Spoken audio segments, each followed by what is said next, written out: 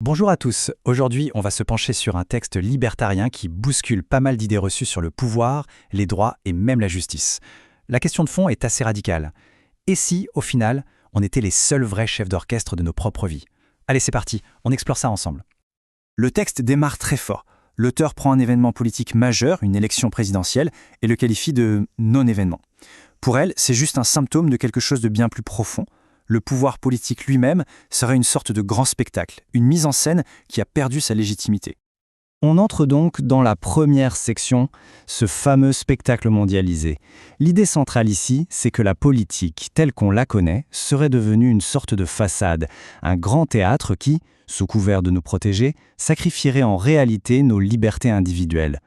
Mais attention, face à cette vision assez sombre du jeu politique, le texte propose quelque chose de très optimiste. Le monde en soi ne serait pas cet endroit dangereux qu'on nous décrit parfois. Au contraire, c'est un lieu plein de diversité où chaque personne a le potentiel de devenir l'acteur principal de sa vie, et pas juste un simple spectateur. Alors, si la politique n'est qu'une scène de théâtre, une question cruciale se pose. Où se trouvent nos droits, les vrais? On touche là au cœur philosophique du texte, et ça nous amène à nous demander d'où viennent nos libertés au fond. C'est la grande question. Est-ce que nos droits sont un cadeau? Un don qui viendrait d'une autorité supérieure, que ce soit Dieu ou la société et l'État? Le texte, lui, va proposer une toute autre piste, une troisième voie. Et voilà la thèse centrale que l'autre emprunte à la philosophe Ayn Rand. L'idée, c'est que les droits ne sont pas quelque chose qu'on reçoit, ils découlent directement de ce que l'on est. Simplement parce qu'on est un être humain, on a des droits. Pourquoi? Parce qu'ils sont la condition même de notre survie en tant qu'être capable de raisonner. C'est ça la fameuse loi de l'identité. Pour bien comprendre, l'auteur fait une distinction vraiment importante.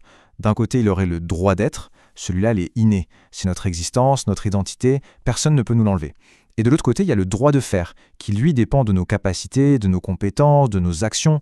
C'est ce droit d'agir qui est au centre de tout. Maintenant qu'on a posé les bases sur les droits, le texte s'attaque à un autre pilier de notre société, la justice.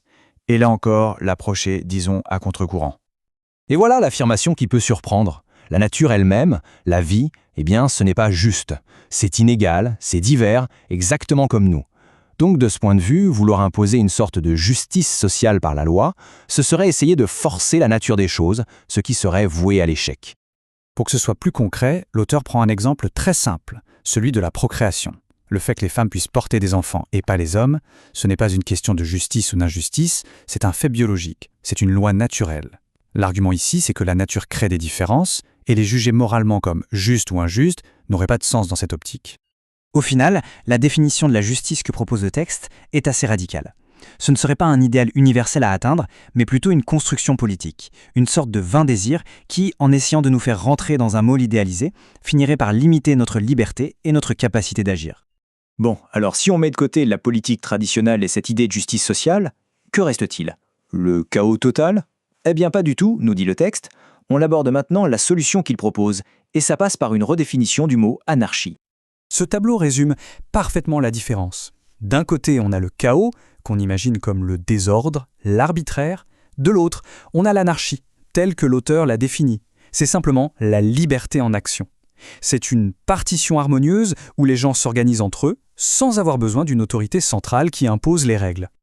Pour renforcer cette idée de liberté, le texte cite le philosophe stoïcien Épictète. Et c'est très parlant. Un pouvoir extérieur peut contraindre un corps, enchaîner une jambe, mais il y a une chose qu'il ne pourra jamais atteindre, ni enchaîner ni retirer, c'est la volonté. La vraie liberté serait donc à l'intérieur de nous, et absolument personne ne pourrait nous la prendre. On arrive à la dernière partie, la conclusion, qui va synthétiser toutes ces idées avec une métaphore vraiment parlante, celle du chef d'orchestre. C'est cette citation qui sert de base à la métaphore. De la même façon qu'un chef d'orchestre guide ses musiciens pour créer une harmonie, chaque personne serait appelée à devenir le chef d'orchestre de sa propre vie pour préserver ce qui la rend unique et pour réaliser ses propres objectifs. Et le texte nous propose même un cheminement concret pour y arriver, en 5 étapes. Ça commence par être lucide sur ce qu'on peut et ce qu'on veut faire. Ensuite, il faut prendre conscience de ses droits naturels. Puis, aligner ses actions avec ses objectifs personnels, tout en acceptant les risques que ça implique. Et la dernière étape, l'aboutissement, c'est de devenir pleinement souverain, l'unique chef d'orchestre de sa propre existence.